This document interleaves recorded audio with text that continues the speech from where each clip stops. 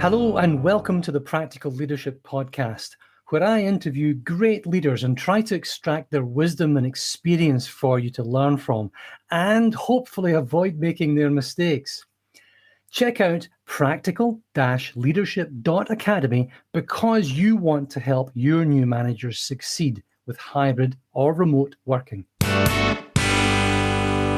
Garin Hess, thank you very much for joining me. Oh, it's my pleasure, Paul. I really appreciate the opportunity. Can I ask you, would you mind introducing yourself? Absolutely. So, the founder and CEO of a company called Consensus. I'm also father of 3 grown children and married to a wonderful woman named Kristen. And we've been doing Consensus, which is demo automation software to help scale pre-sales at enterprise software companies for about 10 years now. And that's been the major focus of my career the last 10 years. But really looking forward to this conversation. We touched on living in a way that you have no regrets. And when I look back at my early career, I try not to have any regrets because, if you have a regret, you should have fixed it in the first place, right? And if you can't fix it, well, then you can't have a regret. What you can do is you can ask for forgiveness. I look back at the various people that I have used and abused as guinea pigs, willingly, unwillingly, unwittingly through my leadership career and made a disaster as you learn. A number of mistakes. If we can help people avoid that, what's one of the highlights that you went through as you became a people leader, as you became an exec, as you grew up in the world of work? What's good to take away from the journey? Yeah, when I think about regrets from my younger years, it's really a journey of self-awareness for me. I used to be very self-conscious and afraid of leadership, and yet I was constantly being put in leadership positions, both at work, at my church, and other things. And because I was hyper aware of my deficiencies, I would often focus on how do I improve my deficiencies, and I spent a lot of time obsessing, sort of self-obsessing about that. And I don't know when exactly or where I picked up this thinking, even though since then I've read it in a few places. But I eventually learned that, for me at least, what made the most sense was to stop thinking about and trying to improve on the deficiencies and just focus on my strengths, because I really believe that I've been blessed with some strengths that really lend themselves well to leadership, but I was so much focused on trying to fix the deficiencies that I wasn't able to press or double down on those. And once I realized, if I'm deficient in a certain area, if I'm weak in a certain area, there's probably I can only make small gains. I mean, over time, maybe you can make big gains, but to be the most effective, I really believe that it's best to just understand your strengths and focus on those, and to a large degree, ignore the deficiencies, because you can't be great at everything. There's this book I read years ago called The 21 Irrefutable Laws of Leadership, which was really quite a good book. And I believe all the things that it says, but I don't think there's anybody who has all 21 characteristics. And I was systematically trying to go down and change the things that I was weak in. And so that's one thing that I suppose, if I look back on, that I kind of regret, is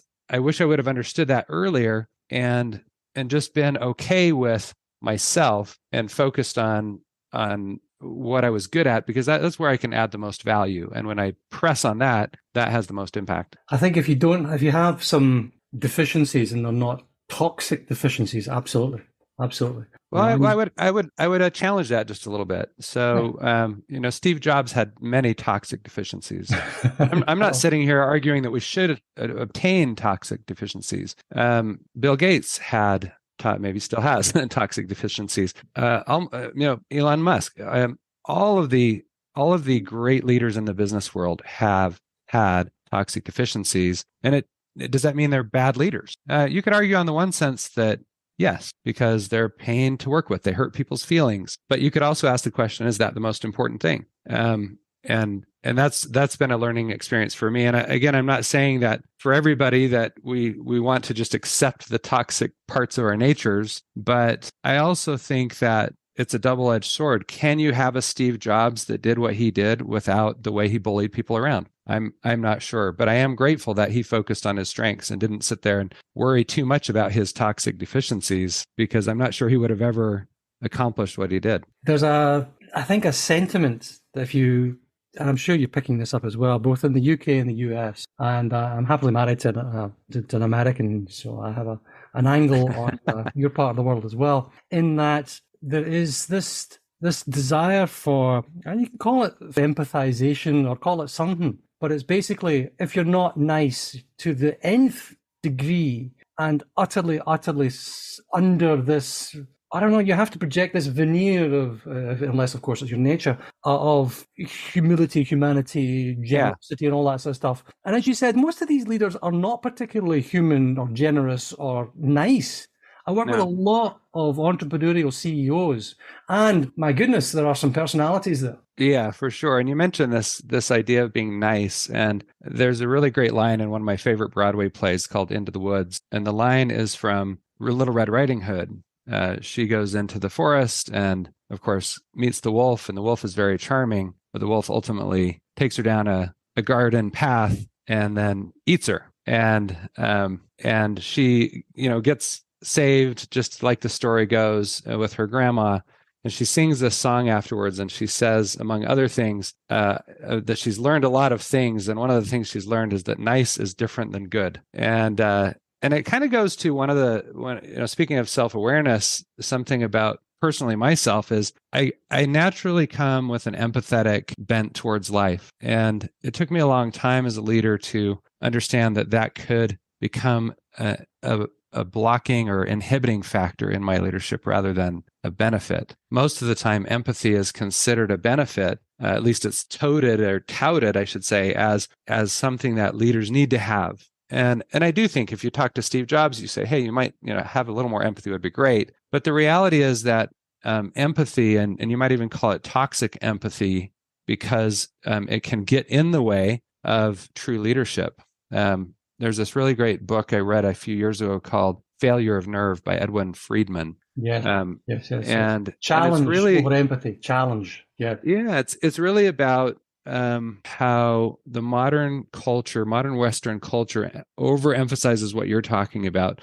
This herding mentality of we've got to make sure everybody feels good, and that's the primary objective. As long as everyone feels good, we're doing a good job. And I really don't believe that. Of course, if everyone feels good, that's great. That's a nice thing. But what is your main job as a leader? It's to accomplish the mission of your leadership role. And if people feel, whatever it is, and if people feel good in the process, fantastic. If they don't, that's not that big of a deal. Now, granted, there's a line to be crossed somewhere, morally, ethically, right? There's a line there somewhere. But I think that line is so far away from modern leadership thinking that we need to not think about that so much anymore. And what we really need to think about is how we lead. And leading really means that quite often you do things that make people very, very uncomfortable to the point where they don't like you. And this likability factor that seems to be so important in so many leadership lists on blogs and books and things is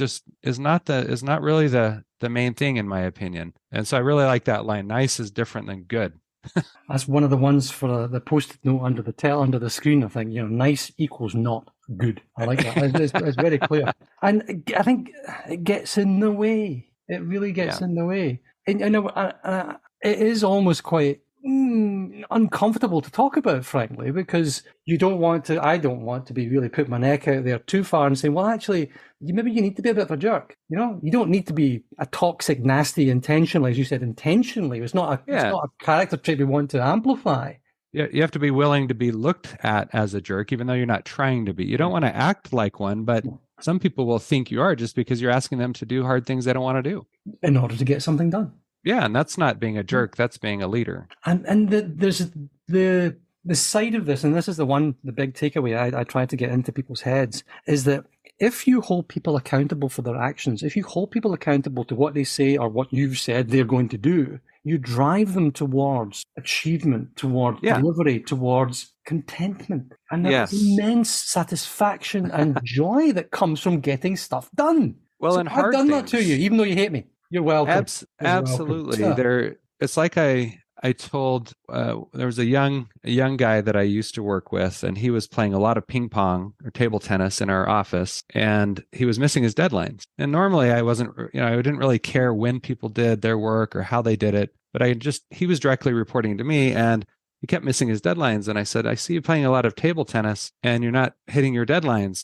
Tell me about that. And he's like, well, culture here is terrible. We don't have enough fun. It's this and that. I said, look, you can't play enough table tennis to take away the bad feeling that comes from not getting your work done. Right. And I realized at that point that fun in my mind was not the same as fun as his mind. My fun is achieving the objectives. And your comment about contentment, I think, is really valid, because this is what I want most for my people that I work with, is I want them to feel a type of joy from work that only comes. I recently described it at our own leadership meeting that it's a type of joy that comes from the quest, and a quest is not without extreme challenges and striving. Striving. That's a great word for it. Striving, pressing forward. If you don't have something to press against, press forward, reach for, stretch, then you're kind of coasting. You're not really growing. And I don't think without growth you can actually really truly enjoy work. I think it's what is the line? Joy cometh in the morning. Yes. Yes. And it's that joy and happiness are or aren't the same thing. What is joy without happiness? Right. There's this. I think joy is a lot more about the choices you make than the journey you find yourself on, perhaps. We're getting it's almost getting too philosophical for this. That would be a great for another podcast, because that's a great one. The difference between happiness and joy is a good one. But it's true that sometimes at work we feel so challenged that we are under great duress. I recently asked my VP of Finance to help us get through closing a $110 million investment round in our company. That took about 4 to 5 months of intense work. And she was pretty burnt out near the end. But now she is extremely proud of the fact that she got this done, and she did a tremendous job. And that's what I think of when you say joy in the morning, because that night can feel kind of long, but joy comes in the morning. Yeah. Yeah. Every morning. Yeah. Refreshed every morning. That's it. I like that. So we're working on making sure that the folk around us don't feel regret when they get to a point and they look back in the disaster of the trail of victims that they've left behind them in their management educational career, like mine. I'm sorry if you're there. Again, I apologize. You know what I live. Just, oh boy. Is there a particular event? Is there a mistake or something that perhaps taught you more than others on this journey? Well, I'd say kind of going back to this topic, because this is a big one for me personally, just because of the over amplified sense of empathy. Back in 2008, it was a different technology startup, and we were struggling. And there was one of our developers that I knew personally, had hired him as kind of a personal friend. He was really a good guy, really good guy, one of the best guys you'll ever meet, but he just wasn't performing. And I waited and waited and waited too long to let him go. And what I realized through that was that I was really putting at risk everyone else's jobs for a variety of reasons. One, because we were a very small company. I think at the time we only had 10 people. And the more money more of our capital I was spending on him, the shorter our runway was getting for everyone else. But also, when somebody's not pulling their weight, especially on a small team, it demoralizes everybody else, and it causes flight risks and things like that. And so I would say that for me, I realized after I let him go that I should have done it about 6 months before. And it goes back to this question of, I was really focused on his needs and what I felt like was his right to prove to me that he could do the job. And I wasn't realizing that my focus on his needs and his family's needs was really putting at risk everyone else's. And that was an eye-opening experience for me that's helped me ever since to make hard but better decisions. I think the further up the greasy pole we all ascend, and we discover that in reality our job is a steward of capital. It's the intelligence, it's the lifeblood of the organization. It is, and that those decisions, it's all the people decisions. They're all the ones that I don't think I've ever regretted. We talked about regretted firing anyone, but I've regretted not doing it fast enough. It's many. funny. I've never heard any manager say I regret doing it so quickly. No, no, that's the thing. Yeah, That's the we're thing. all a little slow to do Yeah, it, and yeah. it is because it's distasteful, it's unpleasant, and it's difficult for everybody involved. So there's you're talking about this. We're talking about strengths and maximizing the strengths that we have, as opposed to leaning into those weaknesses. And typically, this is the thing when my background's in training and all sorts of stuff. My mum was a Hmm. teacher, and of course, you train people who are not good at something to get better at it, right? That's Yeah. just what you do. No, you bloody don't. No, you do not. Well, yeah, you might need to learn a new skill. Fair enough. But you train people who are good at something to get amazing at it. You can take somebody who's a 2 and get them to be a 3. But you can take somebody who's a 6 and you can get them to be a 9. And that moves Yeah. the needle. And I think when you have and I wasn't sure where I was going with this. I had a really, really good point in my mind and I've lost it. Well, what it makes me think of is this really great documentary on Michael Jordan, the American NBA star. And if you were going to work with him as a coach, would you try to help him? He had some pretty rough edges, according to his teammates, in terms of how he interacted with them. Would you work on helping his basketball skills continue to get better, or how he got along with his teammates? Right, you're going to focus on the basketball skills the most, and I think if we look at each of ourselves and just be compassionate and patient on the areas where we're a little bit weak, but focus on those strengths, then each of us are going to find the place where we can add the most value. Yeah. When you look back from where you are and you're now slightly older, slightly wiser, and much more exalted position than you were in 2008. And there's a quote that you have the front of your book, which I can highly recommend to everyone. It's selling is hard, buying is harder. And it was quite a game-changing set of thoughts that I got from it when I first read it. It's the concept of buying journeys, not selling journeys. And instinctively, as a fairly decent salesperson, I knew I was taking somebody on a journey. But the fact that you almost empirically put together a process to say, no, it's them. The buyer does everything. You have to lead them. You have to guide them. You can encourage them. They close the deal. They're the ones. Right at the beginning of this really good book, you have walk the same road, arrive at the same destination. You're the same you. Walk a different road, arrive at a different destination, and you're a different you. Can you unpack that for me?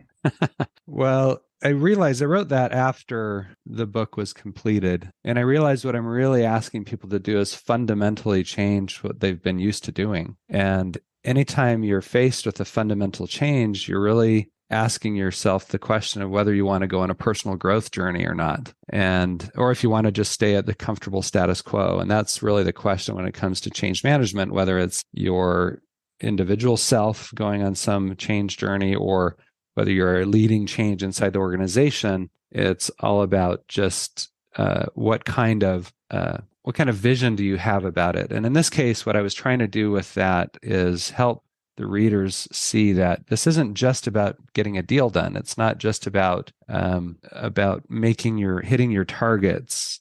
It's if you go on this journey of truly trying to incorporate buyer enablement as an approach to B2B sales, you will not only achieve your goals, but you will find yourself changed in the process. And I thought that might be appealing to people and maybe motivating. So that's where that came from. I think if you get your sellers to understand that they are not selling, they are in fact enabling buyers. Yeah. And that they're enabling buyers to see, in the second part, to see the success that they get once you've left the building. Because you're not selling the thing. You're not even selling the use of the thing or the output of the thing. You're selling what happens after they've used it, got the output, and long forgotten that they ever did it. That's what you're selling. And if you can enable that journey, it's such a more fulfilling role. Yeah. And a lot of the people that we've sold our software to, for example, or I should say we've coached our customers into buying. Well done. I like that. Good. Has fundamentally changed their careers, not only because they were able to get the benefits of implementing buyer enablement and demo automation inside their own organizations, but because bringing these concepts of buyer enablement into the organization gave them an opportunity to bring strategic thinking into the process, and it created upward mobility for them in the organization. So some of our customers who in the past had titles like global head of pre-sales or sales engineering are now, global head of buyer enablement, and they are elevated, and it's helped bring pre-sales in a lot of these enterprise software organizations sort of out of the dark corners of the org and into more of a strategic part of the process for the organization, the growth process. So it's fun to think about.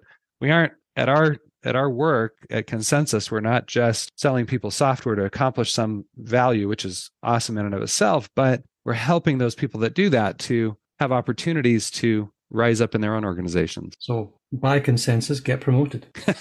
That's not a bad tagline, because that's happened a lot. Feel free, use it as you will. I like it. Is there something you might want to thank the young Garin for doing? It's such a great question.